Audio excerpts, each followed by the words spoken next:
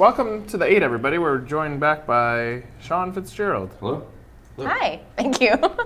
This week on the 8s, punting a little bit from our traditional format. Sean's actually just going to talk about 8 things he wants to talk about. I thought it was 8 things I hated. Even better. Why does it say multi-unit franchisees then? It does not. This is the 8.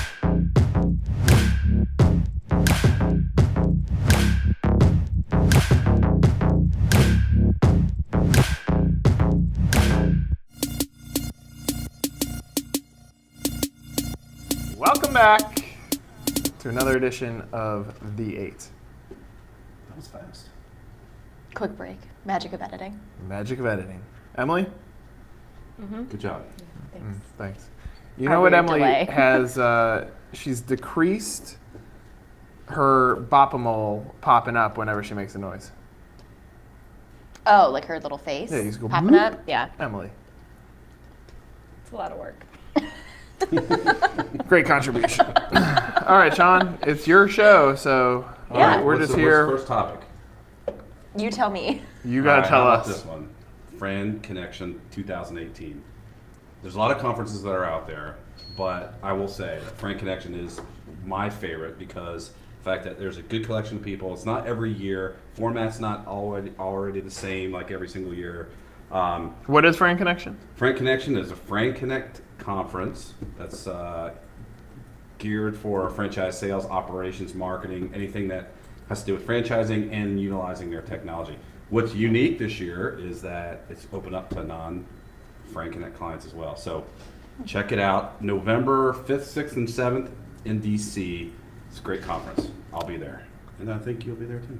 I'll be there. I think Cass is going to be there too. We'll see you Cool. Oh, maybe we'll have to film the 8 live from From Fran. Friend Connection 8.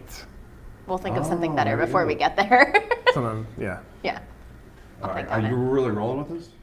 Yeah, you're really doing You're this. live. I literally don't have a script, so like we're really doing this. All right, here's something I think is kind of interesting that I saw an email from the IFA, which I think it's an interesting question is the FTC reviews the FDD every 10 years. 10 years ago, it was, I remember it was a UFOC, and that changed to an FDD, made some changes. Item 19 was kind of enhanced and utilized a lot more. Now they're talking about abolishing an FDD altogether from a Federal Trade Commission standpoint, and Scary. what impact that will have on franchising. So, just like anything you look at is like what happens if it goes away. I know a lot of franchise development people are probably cheering, but there's going to be an impact to that if that were the case, because what the states will have to do, would we end up having 50 state FDDs and the impact that it has? So it'll be interesting one to stay on top of. Yeah, I found it interesting that obviously there's a viewpoint. IFA's viewpoint is this can't happen. But it was interesting to see the other take because forever licensing has been in action. Licensing is regulated far looser than franchising. Right. So I guess the truth is that we don't know. I mean, I've said for a long time it would be much easier if there was a governing body of franchising that you got the FDD approved by one group that cross-applied to everything that you did in the United States. I don't think it's right that states get to make different opinions on it because then how can you sell franchises to the right people if there's different rules in different states? That means someone in one state it's easier to sell to than one in the other, which means franchisors might not be as responsible in the sales process when it's easier. Implications. Implications. Implementation. Because of the fact, like you said, now younger franchisors that there's a lot of brands out there just can't afford to become a franchisor because of the fact that it's really expensive legally to do it. Yeah. And then you have all the registration states. So if you're in a registration state, you're trying to start up, it makes it very challenging. So it kind of opens up the doors for those people. But again, if it tends to go towards a direction where each state has their own, then that's going to compound the issue or just consistency overall. Would the people be grandfathered in? This might not be a thing, but if you've already purchased a franchise, what would that mean? Would you have to adjust your rules in the event that your state, I guess it would depend on a state-by-state basis or whoever's keeping in charge, but it seems like that would be just absolute chaos in terms of if you already had been operating one way. Yeah, And then you it'll have to- be interesting to watch. So we'll see. I mean, the truth of it is probably not much is going to change. Probably not. Yeah. And next, We're really going, aren't we? Yeah, the we're next really doing one, it. I think is an interesting conversation I've had with people recently, and it's kind of utilizing suppliers to the franchising industry. A lot of times people look at vendors and suppliers and not looking at it from their experience in franchising. So whether it's software, whether it's marketing and PPC, whatever, I have a lot of conversation with people like, hey, we've done this campaign, and the results weren't quite what we thought. This company did a fantastic job on our consumer side, but when you transfer it over to franchise development, it becomes a completely different ball game. And I think it applies to a lot of aspects of business for a franchisor. So when looking at vendors, I think it's important to look at the experience in franchising, especially if it's going to be impacting your business dramatically and how they support either your franchise sales or your system itself. Speechless. I think it's a crutch. Like when a supplier's like, "Oh, I'm not in franchising, so I can't understand your business." I think the word franchising automatically complicates things, but the reality is it's just business. But that should be a tagline. It's just But business. yeah, because that's what it is. It's Yeah. business categories, and it's still ultimately, no matter what you're trying to do, if you're trying to create awareness of a consumer moment or you're trying to create awareness around a franchise moment, it's the same tactics. But I think some suppliers use it as a crutch to say, I don't know, franchising as a excuse on why something's not working. On the flip side, would you say though that it would be more advantageous for someone to work, like, you know, from a supplier standpoint, if they're already versed in franchising versus someone that isn't? I mean, I guess at the end of the day, you're right. Possibly. It is just business. It just depends how you look at it. So I said to someone recently, I was like, at some point, PR firms were smart to create another segment called franchise PR. But franchise PR is consumer PR. I'm not going to buy a franchise unless I believe in your consumer marketing. So when it created this crossover, like it was this specialty, no, it's about brand story building. Like it's all story brands, like period. But I think we overcomplicate things when we start creating franchising as its own category. I think it's how it's applied to the brand. There's a story that's going to be coming out soon on Yeah. on 1851 that's going to talk specifically about this subject, about how some brands were looking at a supplier that was not in the industry, and then when they tried to apply their methods to business, it was better to go with a supplier in the industry because of the fact that it was catered towards the industry. So it answered a lot of those questions. So I think it really depends on how it's going to be applied, who's going to apply it to it, because understanding the needs of a franchisor, you know, to your point about the consumer side, that's the end product. But just like every franchisor, once they step into that arena of being a franchisor, they're no longer that widget, seller or manufacturer, whatever that is that their business was. Now they're a franchisor, and there's different challenges and different strategies associated with it. Okay. Great. Cool. Now, my favorite time of the year is upon us. Fran Funny, No, your birthday. Fran football. It's football season. Yeah. And I think there's a trend. It's my There's a favorite. trend that we're starting to see more and more of. And it's Fran Liberty. It's Fran Liberty, one of the. We're going real out of order this week, guys. Yeah, we're going all in. But more and more professional sports athletes are turning towards franchising. Stack Pickle, Gary Brackett, is a great story on him about his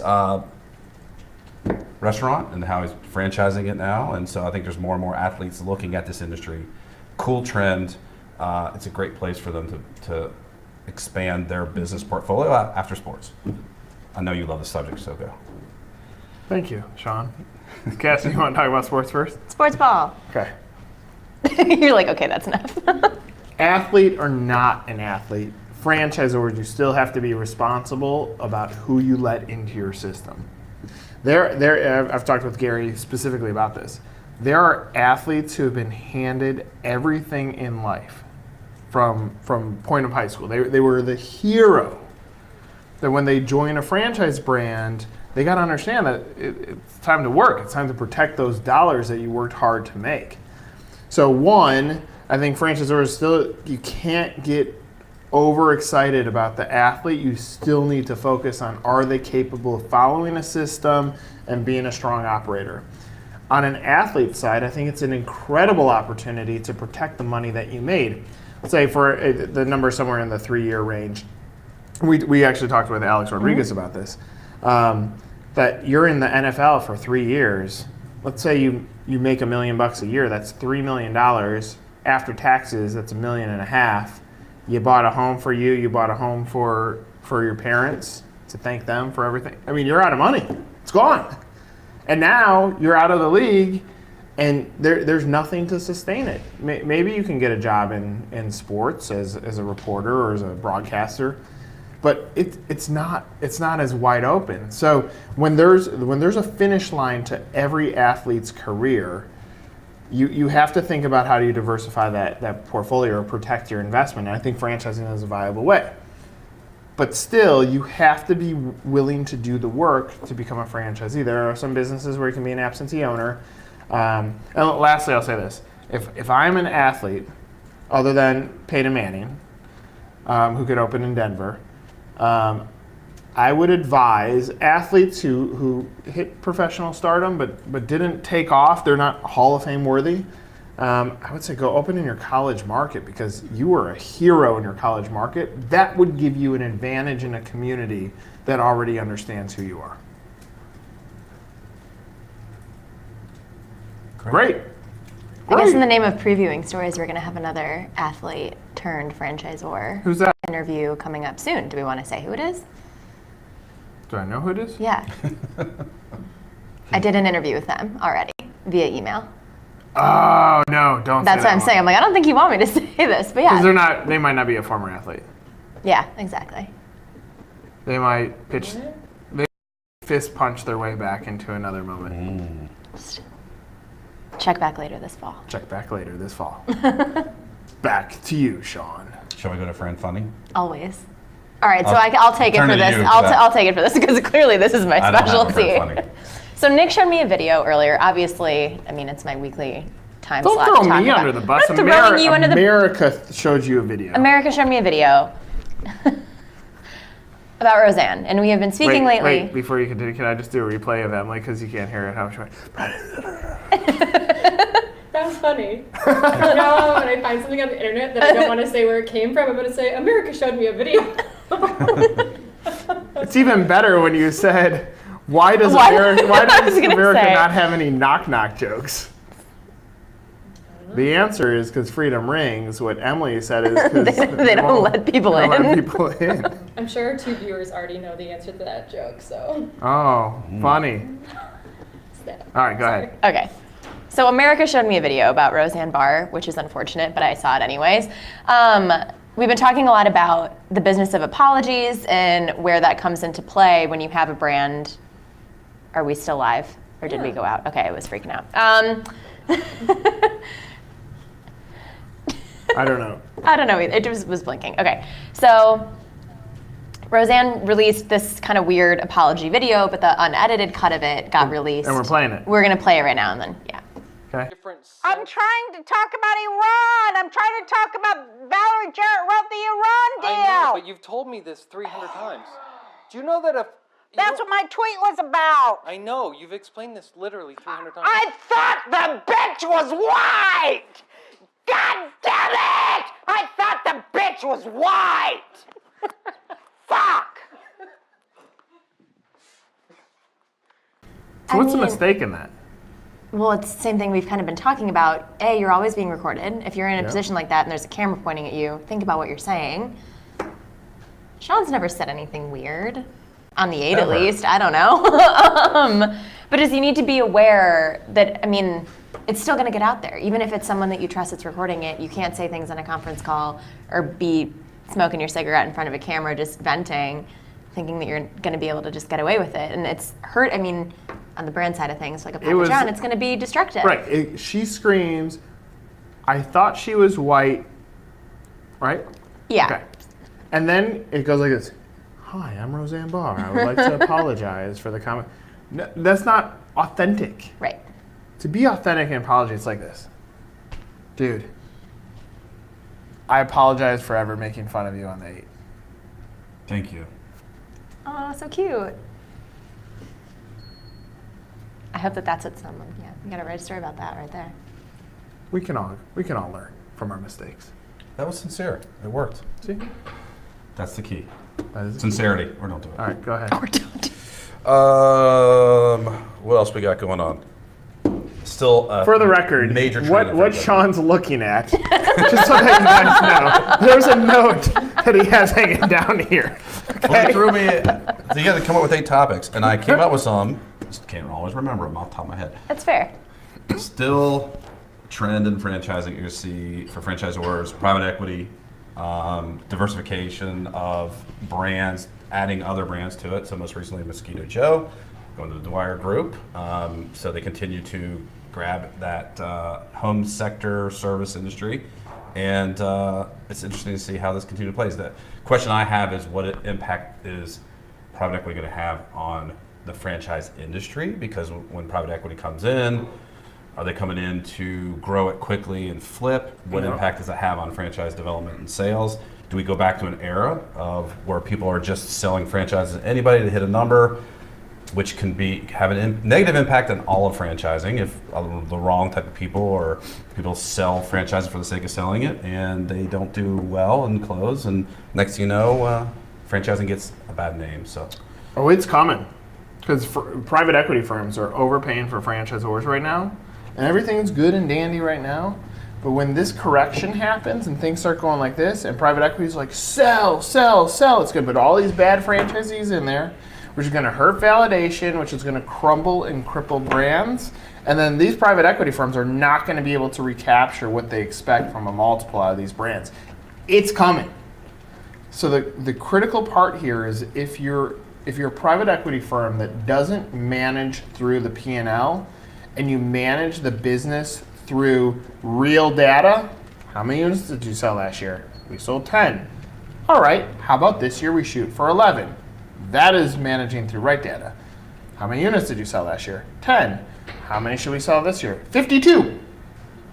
That's not real data. And that is the mistake that gets made. When we create these fake KPIs or scorecards that are not based on data, it creates risk for the business to succeed. And many great businesses have had these crazy rides and they hit these stall moments because you have executives or private equity firms over expecting the delivery of dollars from that brand. good point.